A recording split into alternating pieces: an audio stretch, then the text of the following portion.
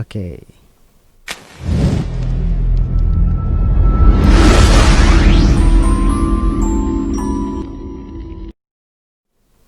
Assalamualaikum warahmatullahi wabarakatuh. Hai sahabat KPI, kembali lagi di podcastnya KPI atau KPI Podcast. Episode kali ini kita akan berbincang bersama siapa sahabat ICC. Kalau ibaratkan di di studio ICC Radio ini, di studio podcast ya, kan kita minjem ya. minjem studionya, tapi kita saat ini mau berbincang bersama Pak Muhsin di sini. Assalamualaikum warahmatullahi wabarakatuh, Pak Muhsin. Waalaikumsalam warahmatullahi wabarakatuh. Kabar sehat, Pak? Alhamdulillah. Segar sekali ya, Pak ya. Ya, alhamdulillah, mudah-mudahan. Mudah-mudahan jiwa semangatnya, jiwa mudanya ini kerasa ke saya, Pak. Apa nih Pak resepnya? Ya, kalau kita bicara sehat kan jasmani rohani. Benar. Ya, cara jasmani orang boleh sehat. Ya. Bisa sehat, tapi belum tentu secara rohani sehat. Secara rohani sebaliknya juga begitu. Secara rohani sehat, fisiknya tidak sehat. Fisiknya dua-duanya harus sehat. Dua-duanya harus sehat. Namanya sehat tuntas, sehat semuanya. Ya, sehingga ketika orang dikatakan sehat, jasmaninya sehat, rohaninya juga sehat. Iya.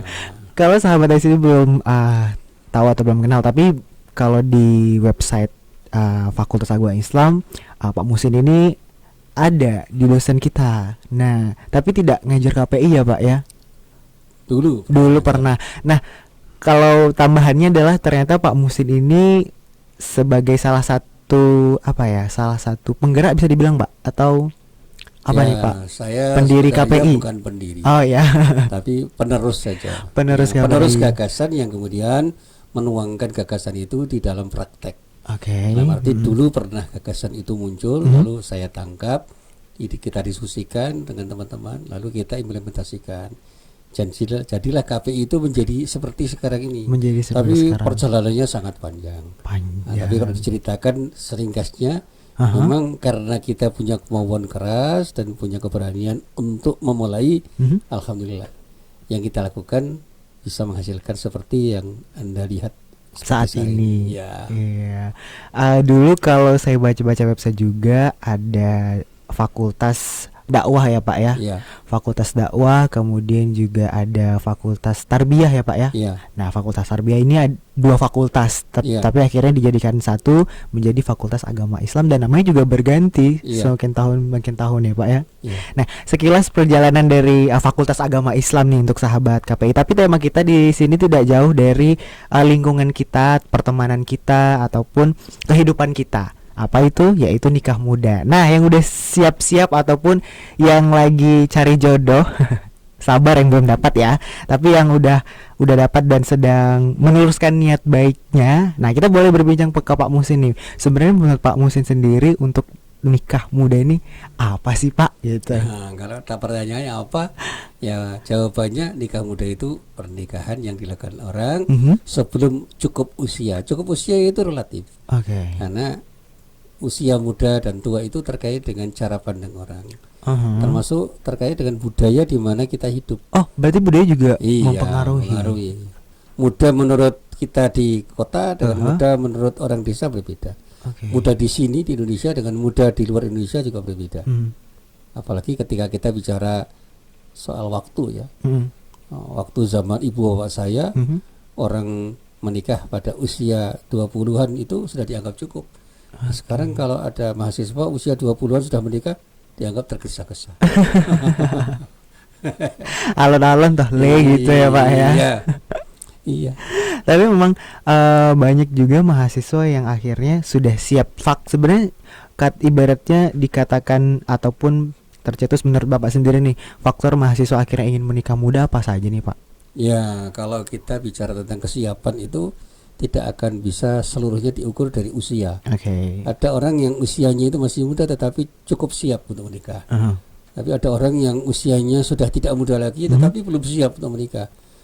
Dan ketidaksiapan itu tidak hanya terkait dengan persoalan ekonomi, tapi juga terkait dengan persoalan psikologi. Banyak orang yang secara ekonomi sudah mampu, tapi dia belum siap secara psikologis untuk menikah. Atau sebaliknya, secara psikologis sudah siap, tapi secara ekonomi belum siap. Atau dua-duanya sudah siap, secara ekonomi sudah siap, secara psikologi sudah siap, calonnya belum ada. Nah ini juga pusing juga Pak kalau calonnya nggak ada, masa mau nikah sendiri ya? Ya. Jadi memang kesiapan itu penting. Nah kalau kita bicara kesiapan yang memang harus kita persiapkan untuk nikah muda apa saja nih Pak? Ya pertama siap mental, artinya orang itu harus punya kemauan keras dan punya tekad yang luar biasa untuk menikah. Di sini saya katakan asal orang itu mau dan berani, insya Allah kesiapan itu akan lahir, akan mengalir menjadi sesuatu yang kemudian membuat orang itu siap untuk melakukan sesuatu.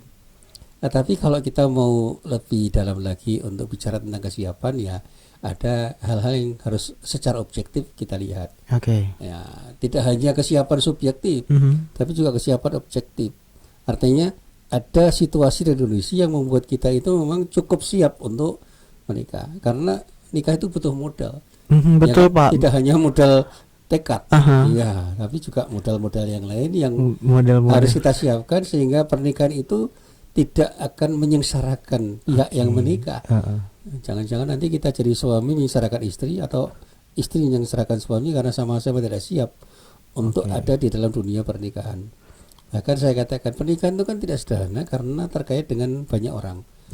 Kita berdua sudah siap menikah, tapi orang tua kita belum siap mendukung. Ini juga jadi persoalan. Itu tapi juga kalau semuanya mendukung, wah ini luar biasa.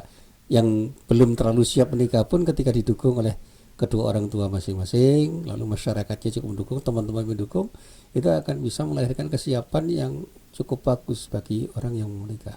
Wah, berarti ada ibaratnya kalau semuanya siap itu ibarat doa restu pun ada ya Pak ya. Doa restu itu tidak hanya terkait dengan ucapan. Benar. Tapi juga terkait dengan sikap dan tindakan. Wah, alhamdulillah dapat restu orang tua itu bukan hanya mengatakan saya sudah restukan kamu menikah. Pernyataan secara lisan, tapi betul-betul didukung secara nyata oleh kedua orang tua kita, termasuk dukungan lingkungan kita. Kalau lingkungan kita itu siap membackup kita, insya Allah pernikahan itu menjadi semakin indah karena apa? Kita terbantu oleh banyak hal terkait dengan dukungan yang ada di seputar kita.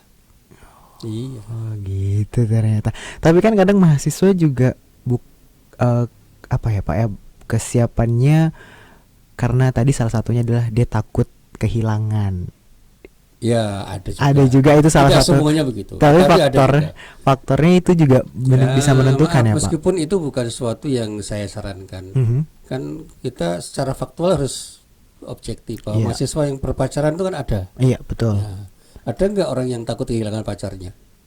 Ada juga. Oh ada juga ya Pak. Kira saya nggak ada. Biasanya kalau orang pacaran bahwa saya tidak menyarankan orang berpacaran itu Tapi sebenarnya saya harus juga menyadari bahwa di seputar kita itu ada kok mahasiswa yang sedang berpacaran.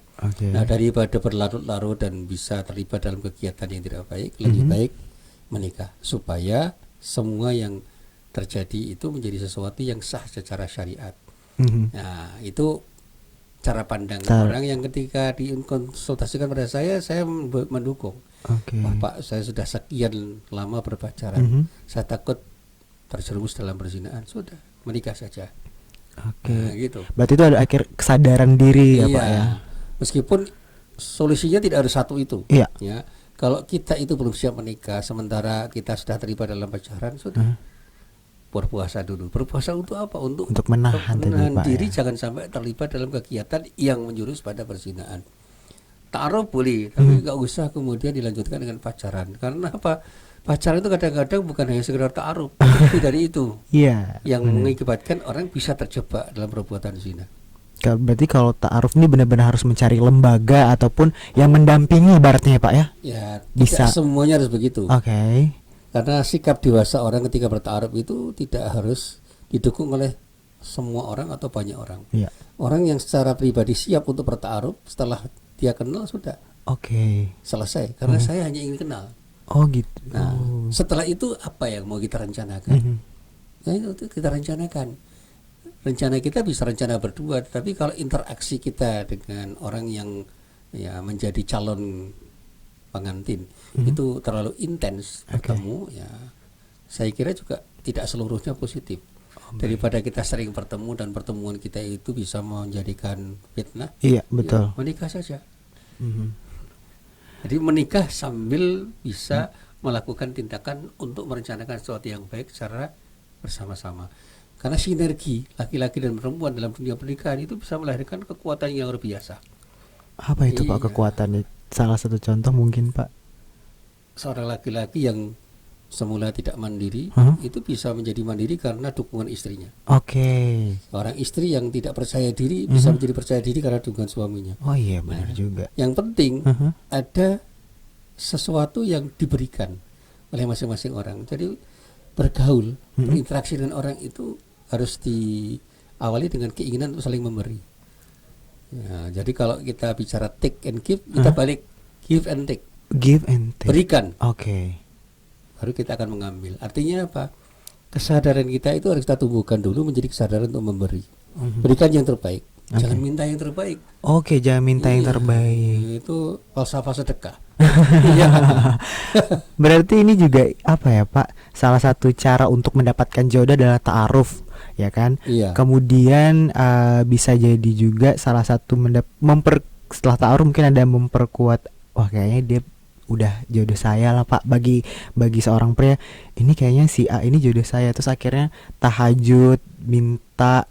Nah itu sebenarnya apa ya Pak? Suatu penguatan atau gimana nih Pak? Iya. Istikharah itu penguatan. Oke. Tapi jangan ketika kita beristikharah kita menentukan. Oh gitu. Ya kadang kita juga sebagai manusia. Saya mau sama dia Pak gitu. Pokoknya saya harus sama dia. Ya Allah gitu. Istikharahnya juga begitu, memaksakan kehendak kepada Allah. Oke. Mestinya kalau kita itu sadar bahwa kita ini lemah, kita memohon kepada Allah agar Allah memberikan yang terbaik. Harapan kita kepada Allah untuk diberi yang terbaik. Yang terbaik bukan sesuatu yang pasti kita pilih kan? Iya, betul. Loh jadi nanti yang terbaik itu justru orang yang tidak kita pilih sebelumnya. Sehingga yang sudah kita pilih sebelumnya justru menurut Allah itu sesuatu yang kurang baik atau tidak baik menurut kita. Dan itu yang sering saya pahamkan. Jadi ketika ada ayat mengatakan asa an tuhibbu syai'an wa huwa syarrul lakum. Barangkali kita itu mencintai sesuatu, pada sesuatu yang kita cintai itu tidak baik buat kita. Belum tentu baik. Sebaiknya juga begitu. Wa asa an takrahu syai'an wa huwa khairul lakum. Kita kadang-kadang membenci sesuatu, pada sesuatu yang kita benci itu sebenarnya baik untuk kita. Sehingga ketika kita Allah memberikan sesuatu pada diri kita, pada sesuatu yang diberikan Allah itu sesuatu yang bukan kita harapkan, jangan berprasangka buruk. Jangan-jangan memang itulah yang terbaik yang harus kita dapatkan dari Allah, karena Allah lebih tahu apa yang terbaik untuk kita, bukan kita lebih tahu. Iya benar. Ini kadang-kadang sok tahu. Nah Pak, gimana Pak akhirnya supaya mungkin kita ikhlas, kemudian kita bisa sabar dengan ketentuan yang Allah berikan itu tidak sesuai dengan yang kita inginkan tadi.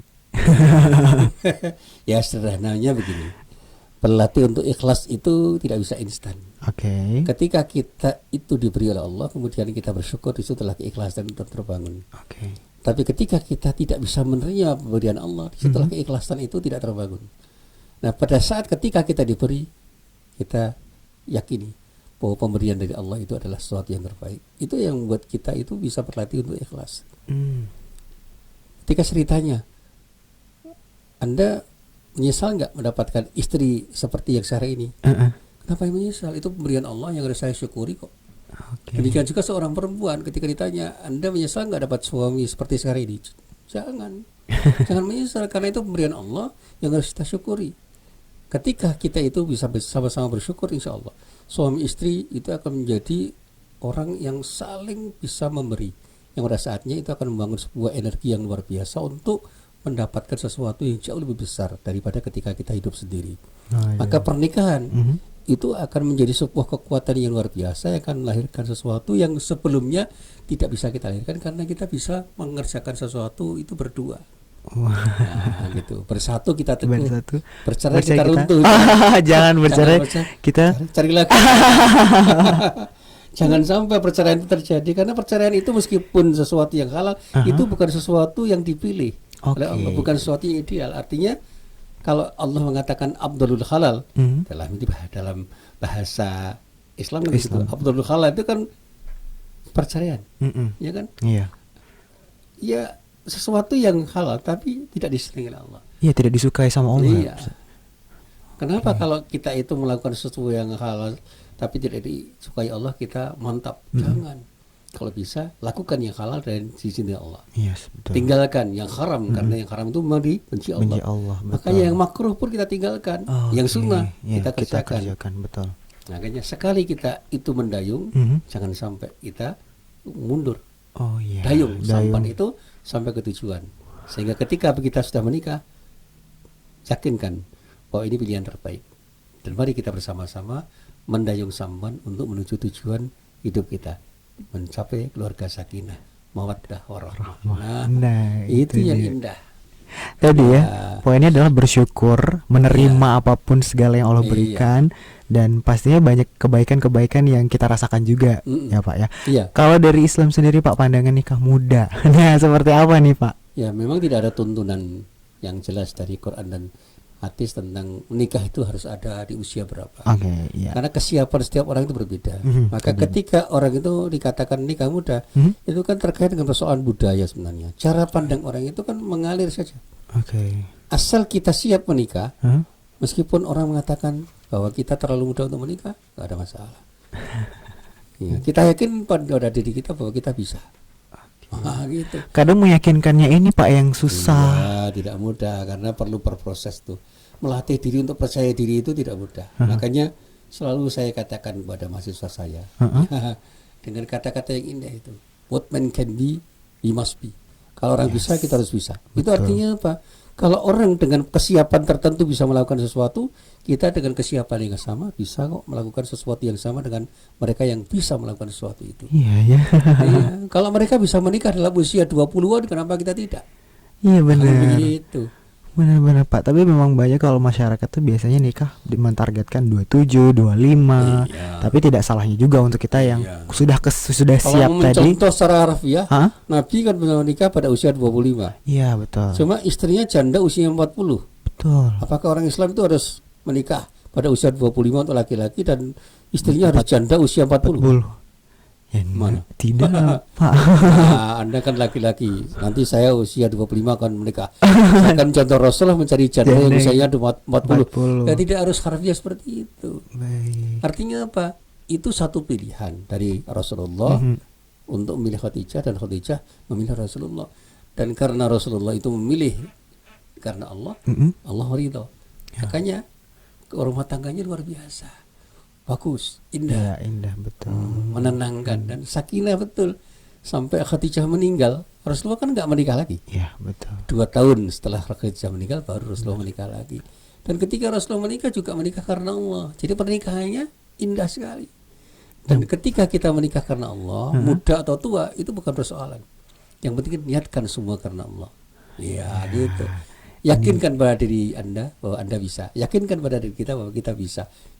Tapi juga jangan nekat. Semuanya juga harus nekatnya ini Pak, karena mahasiswa kadang lihat sesuatu yang booming di media sosial, nikah jadi pengen nikah, terus lihat teman-teman yang udah pada nikah jadi pengen nikah. Ini gimana nih Pak? Nikah muda itu jangan jadi tren yang kemudian melahirkan keinginan yang tanpa perhitungan. Kita jangan ikut-ikutan, jangan ikuti kata orang atau tindakan orang.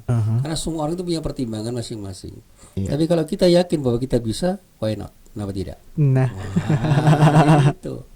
Orang mau ngomong apa saja, kalau kita yakin bahwa kita bisa, lau bali, saya nggak peduli. Gitu. Yang penting tetap tadi ya, pendirian teguh diri kita, niat kita tadi Pak ya, karena banyak niat yang mungkin karena nikah tadi ya, niatnya teman-teman udah nikah, udah umur tua jadi nikah, karena lagi hits nikah muda jadi nikah, malah itu jadi akhirnya ibaratnya apa ya, keluarga yang belum siap sebenarnya Pak. Benar nggak sih Pak? Iya, selalu saya katakan innamal a'malu binniyah. Segala tindakan itu terkait dengan niatnya. Niat itu komitmen kok. Kalau komitmen kita itu kuat, insya Allah semua berjalan baik. Setelah kita punya niat, lakukan tindakan yang terbaik dengan niat yang baik itu, supaya apa yang ada dalam proses kehidupan kita itu selalu baik. Karena setiap tindakan itu tidak hanya dilihat dari niatnya kemudian selesai. Betul. Karena komitmen itu adalah modal dasar untuk berbuat baik. Tapi proses selanjutnya itu seperti apa? Iya, apa yang harus kita lakukan? Sakalnya sewot gitu loh. What the next gitu Pak ya? Apa yang harus kita lakukan? Apa yang harus kita perjuangkan? Kalau tadi? kita itu cuma sekedar ingin menikah, kemudian diam, itu artinya kita sudah melakukan sesuatu yang salah. Komitmen itu bagus, tapi komitmen itu harus dibuktikan jadi tindakan-tindakan yang konkret untuk melahirkan sesuatu yang terbaik di dalam proses kehidupan.